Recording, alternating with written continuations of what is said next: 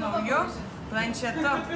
Lenovo Tabas 4,8 colių. Jis yra nerealus, nes telpa į vieną ranką, galima naudoti su viena ranka, galima naudoti su dviem mažom rankytėm, todėl jis tiks net pačiam mažiausiam šeimos nariui. Ir dar labai puikus dalykas, kad jo svorio net nesijaučia, kada paėmė į rankas. Kada kalėdom perkam kalėdinius batonėlius, tai jis sveria tiek pat, kiek 3 šokolado gabaliukai. Batonėliai. Batonėliai. Jei gabaliukai, man batonėliai, viskas normaliai. Kitas dalykas, kuris yra išskirtinis, tai kad kiekvienas vartotojas ar ne šeimoje turės savo ekosistemą. Jis susidės savo programėlės, nuotraukas, paslaptis ir galės užrakinti. Aš įsidedu programėlės, įsidedu nuotraukas, kurių nenoriu, kad Rasa pamatytų.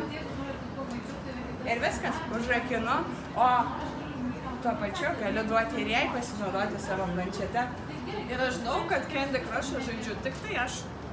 Tai va. Kitas labai svarbus dalykas, tai papildoma funkcija, kur savo ekosistemą turi vaikas. Aišku, jeigu vaikas turėtų ekosistemą, tu pati žinai, kas būtų, gal tu ir papasakok. Teisingai, kadangi pati esu 3-mečių programuotojo mama, galiu pasakyti, kad tokie naudotojai yra patys išrankiausi.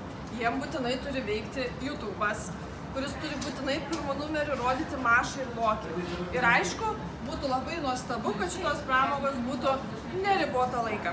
Tai kadangi šituo klausimu turim dažnai plačią diskusiją šeimoje, šitas įrenginys padės jų išvengti. Čia tėveliai gali riboti mažylio naudojimosi laiką. Ir jūs nebebūsite tie blogiečiai, kurie atima įrenginį iš mažylio rankų, nes pats įrenginys nustos veikti ir mažyliui tiesiog nebus ką su juo toliau veikti. Dar viena žiauriai gera funkcija yra tai, kad jūs galite įjungti filtrą, kuris tausoja akis. Ir manau, kad tai yra svarbu ne tiek mažiesiems šeimos naudotojams, bet ir didiesiems, nes mūsų akis per dieną nudirba tikrai begalę darbų. Ir dar vienas super geras dalykas šeimai, tai yra turinio ribojimas. Tai reiškia, kad jūs galite atrinkti turinį saugų jūsų vaikui, kuris jį ugdytų, mokytų, o ne darytų kažkokią kenksmingą žalą. Tai va, žiauriai geras dalykas, taip? Žinai, kas yra nerealu, kada tu paminėjai Candy Crush'ą, tai aš galėčiau ir tave apriboti kaip vaiką. O taip, bet gal nereikia.